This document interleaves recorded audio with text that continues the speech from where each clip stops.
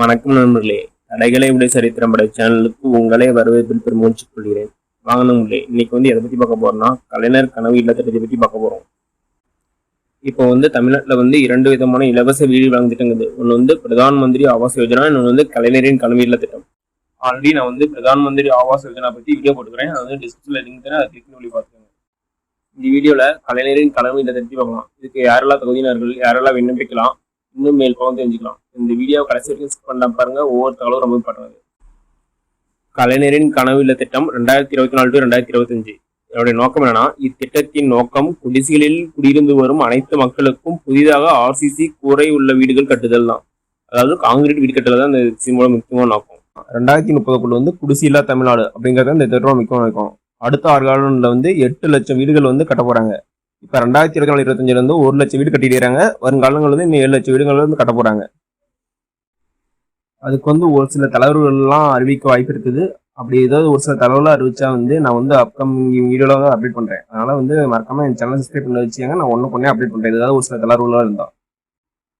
இந்த ஸ்கீமுக்கு யாராவது தகுதியினர்களாம் குடிசையில் வாழ்ந்து கொண்டிருப்பவர்கள் மற்றும் KVVT மறு சர்வே பட்டியலில் தகுதியானவர்கள் என குறிப்பிடப்பட்டுள்ளவர்கள். அவங்க தான் இந்த ஸ்கீமுக்கு எலிஜிபிள். அதாவது என்ன சொல்றாங்கன்னா, குடிசையில் வாழ்ந்து கொண்டிருப்பவர்கள். அது மட்டும் இல்லாம 2017 கலைஞர் வீட்டு வசதி திட்டத்தின் மூலியமா சர்வே எடுத்தாங்க. அது மட்டும் இல்லாம இப்ப ரீசெண்டா சர்வே எடுத்தாங்க. அதுல உள்ளவர்கள் தான் இந்த ஸ்கீமுக்கு தகுதியான சொல்றாங்க. நெக்ஸ்ட் என்ன சொல்றாங்கன்னா, ஒரு கிராம ஊராட்சியில் மிக குறைவாக அல்லது KVVT மறு சர்வே பட்டியலில் எவரும் இடம்பெறவில்லை நிலையில் புதிய குடிசைகள் சர்வே மற்றும் அனைவரும் வீடு வழங்கும் சர்வே பட்டியலில் உள்ள குடிசை வீட்டு பயனாளிகள் மட்டும் தேர்ந்தெடுக்கப்படும்னு சொல்லிடுறாங்க.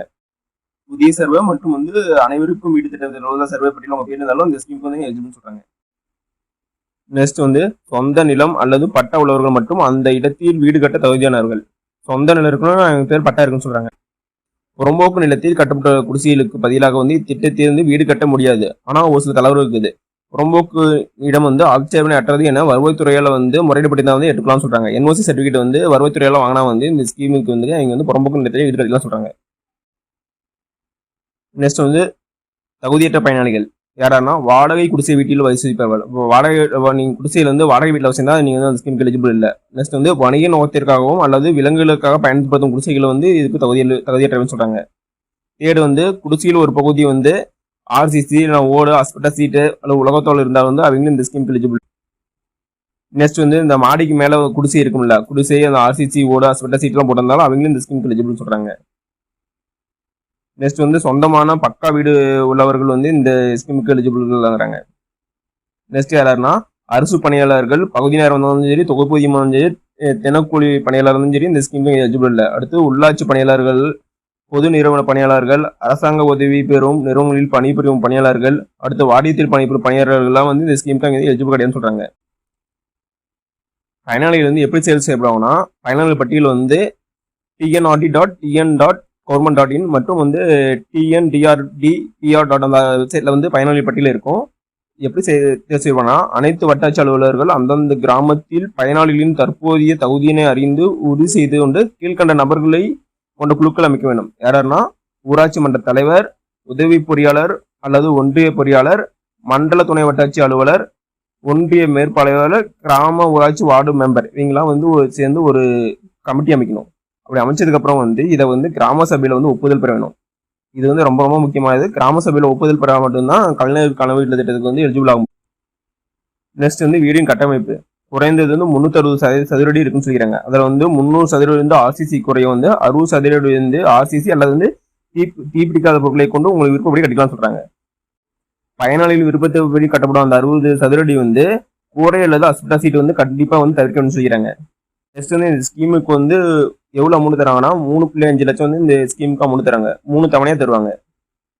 அது மட்டும் இல்லாம மகாத்மா காந்தி தேசிய ஊரக திட்டத்தின் கீழ் ஒரு வீட்டிற்கு 90 மனித சக்தி நாட்களும், அது மட்டும் இல்லாம கழிப்பறைகளுக்கு 10 மனித சக்தி நாட்களும் வழங்க சொல்றாங்க. கழிப்பறைக்கு கட்ட 12,000 SPM திட்டத்தின் கீழே வழங்க சொல்லிக்கிறாங்க. அது மட்டும் இல்லாம கலைஞர் வீடு திட்டம் கூடுதல் வசதி நீங்க ஏற்படுத்த விரும்பினா கூட நீங்க ஏற்படுத்திக்கலாம். அதுக்கு 1.5 லட்சம் வரைக்கும் கடன் வசதியை ஏற்படுத்தி செஞ்சுறாங்க. இப்போ உங்கள்கிட்ட 360 சதுரடி இருக்குது அப்படின்னா வீடு கட்ட முடியாதுன்னா அப்படிலாம் இல்லை, நீங்களும் வீடு கட்டலாம். உங்கள்கிட்ட 200 சதுரடி 300 சதுரடி இருந்தாவே போதும், நீங்க வீடு கட்டலாம். ஆனா 200 சதுரடிக்கு கீழே இருந்தா நீங்க வீடு கட்ட முடியாது. 200 சதுரடி 360 சதுரடி இருந்தா நீங்க எப்படி வீடு கட்டணும் பார்க்கலாம். அப்படின்னா நீங்க வந்து தரைத்தளம் பிளஸ் வந்து முதல்தளம் இந்த அடிப்படையில் வந்து வீடு கட்டணும்.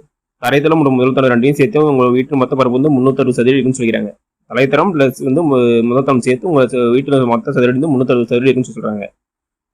வீட்டின் மனை அமைப்பிடத்திற்கு ஏற்ப பக்கவாட்டில் மாடிப்படிகள் கட்டுவதற்கு தள வடிவமைப்பு வந்து பொறியியல் பிரிவு அலுவலர்கள் வந்து வழங்க வேணும்னு சொல்றாங்க.